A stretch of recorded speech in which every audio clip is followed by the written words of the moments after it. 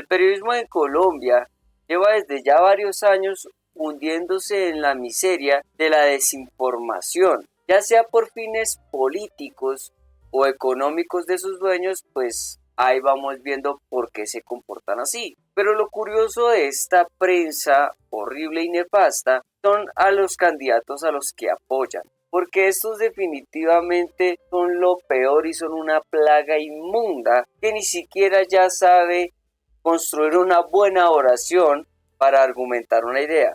Además que después de un tiempo, si quiera esperarse ni años ni muchos meses, se les caen estas mentiras y quedan en un total ridículo. Así que hoy en ¿De qué me hablas, viejo? Vamos a analizar unas noticias y vamos a entrar también en un recorrido por la historia.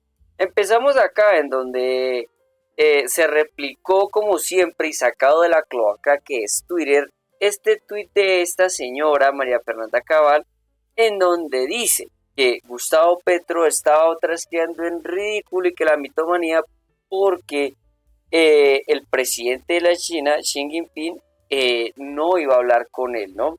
Él jamás iba a hablar con él sobre lo del metro. Y así otros replicaron esta paupérrima noticia y chisme de pasillo, sacado del país.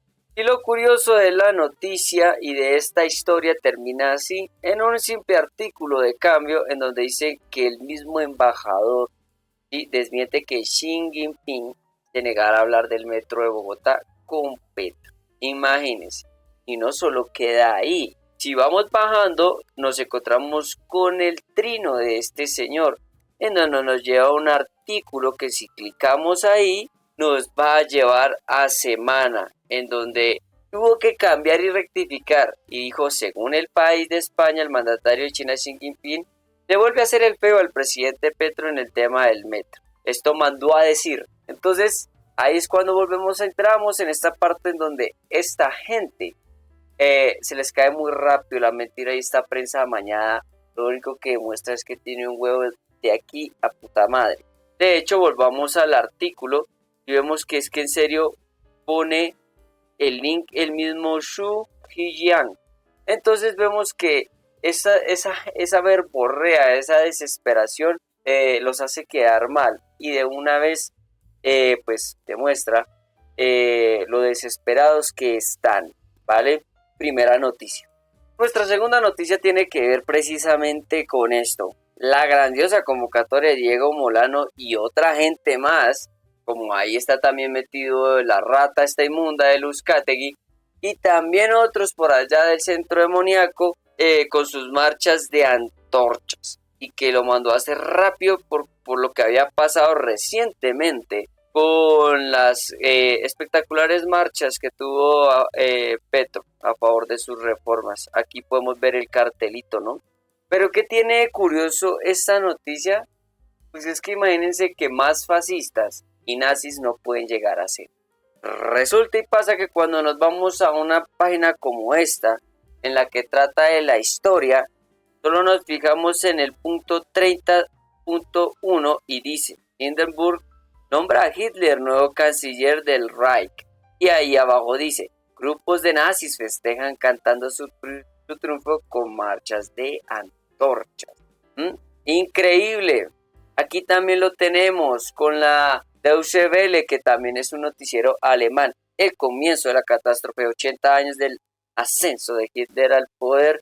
Y precisamente si bajamos rápido, porque pues no puedo mostrar tanto esa fotico, nada más aquí vemos cómo este párrafo que vamos a leer dice lo siguiente. Tenebrosa escena se desarrollaron hace 80 años, el 30 de enero de 1933, ante la puerta de Brandenburgo, en Berlín. Joseph Goebbels, el jefe de la propaganda nazi, había concentrado a más de 20.000 integrantes de la SA, la organización paramilitar nazi, que munidos de antorchas desfilaron a través de la puerta.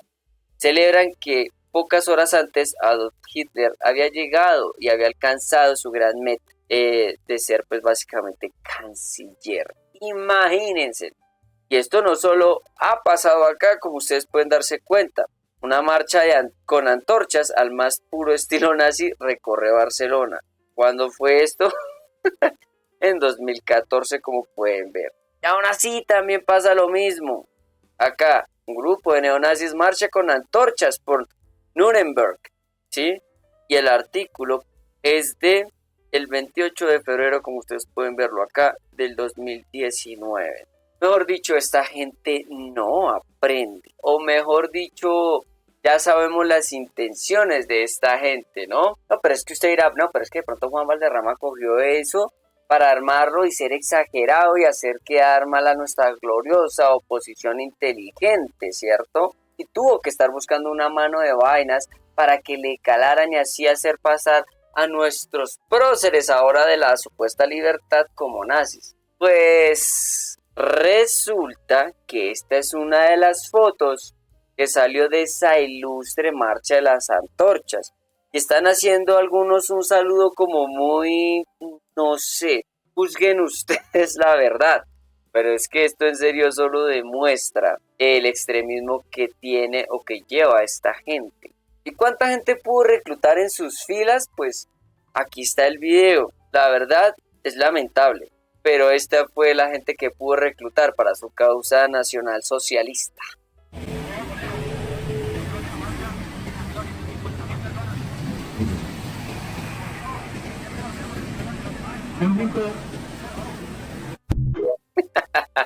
Qué triste definitivamente y de una vez digo, qué paupérrimo como se muestra esta gente y muestra básicamente los afines que tiene.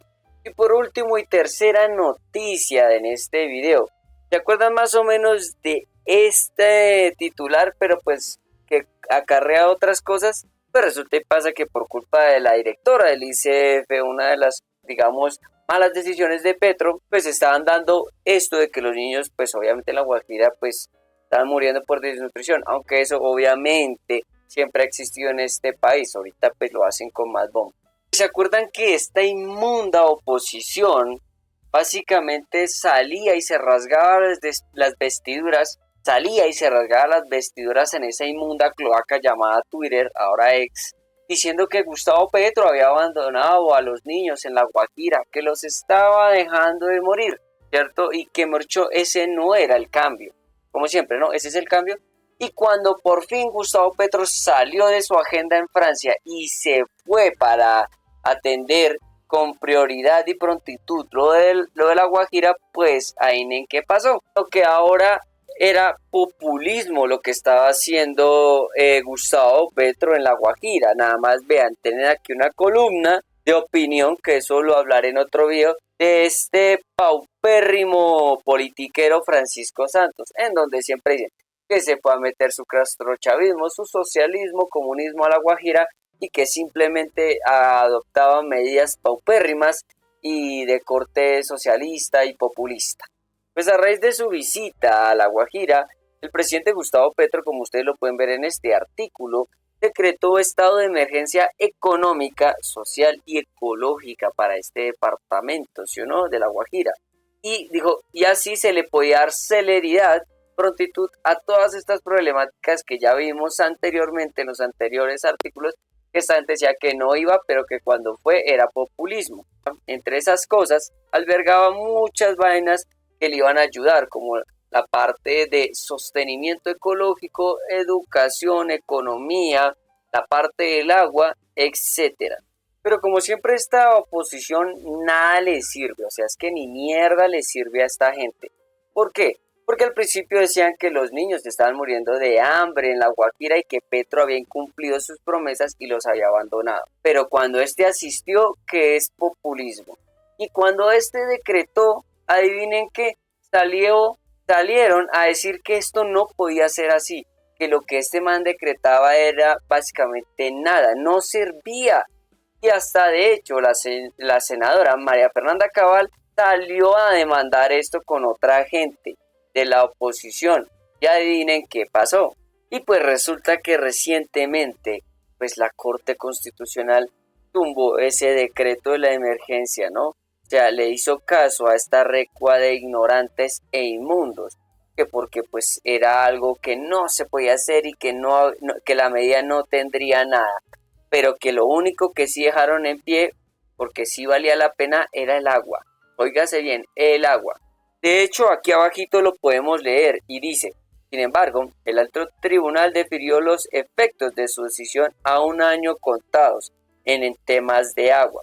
A partir de la expedición del decreto, que fue el 2 de julio, debido a la amenaza de agravamiento de crisis humanitaria por la menor disponibilidad de agua, dijo la Corte mediante un comunicado.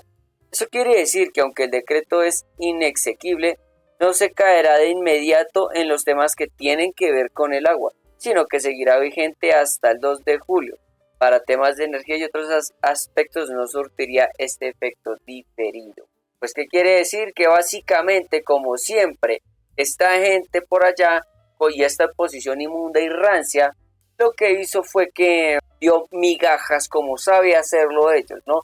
Soltar migajitas hacia la gente para que pues sobrevivan con eso, porque creen que con solo darles agua ya van a estar.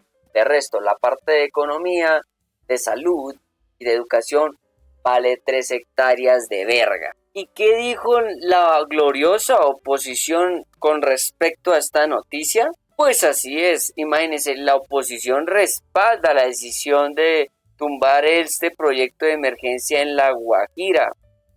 ¿Pueden ustedes creerlo? Así de hijueputa son. Es que nada más ver aquí en el pasquín de semana a esta vieja inmunda desgraciada diciendo lo siguiente. La senadora del Centro Democrático María Fernanda Cabal dijo que la honorable Corte Constitucional reafirmó lo que muchos hemos dicho sobre la emergencia económica que carece de sustento en cuanto a los hechos sobrevivientes, ¿sí, no?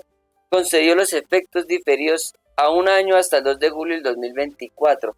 La hijueputa celebra, ¿sí? Celebra, tanto que estaba antes, meses atrás, desgarrándose las vestiduras, ahora celebra esta mierda.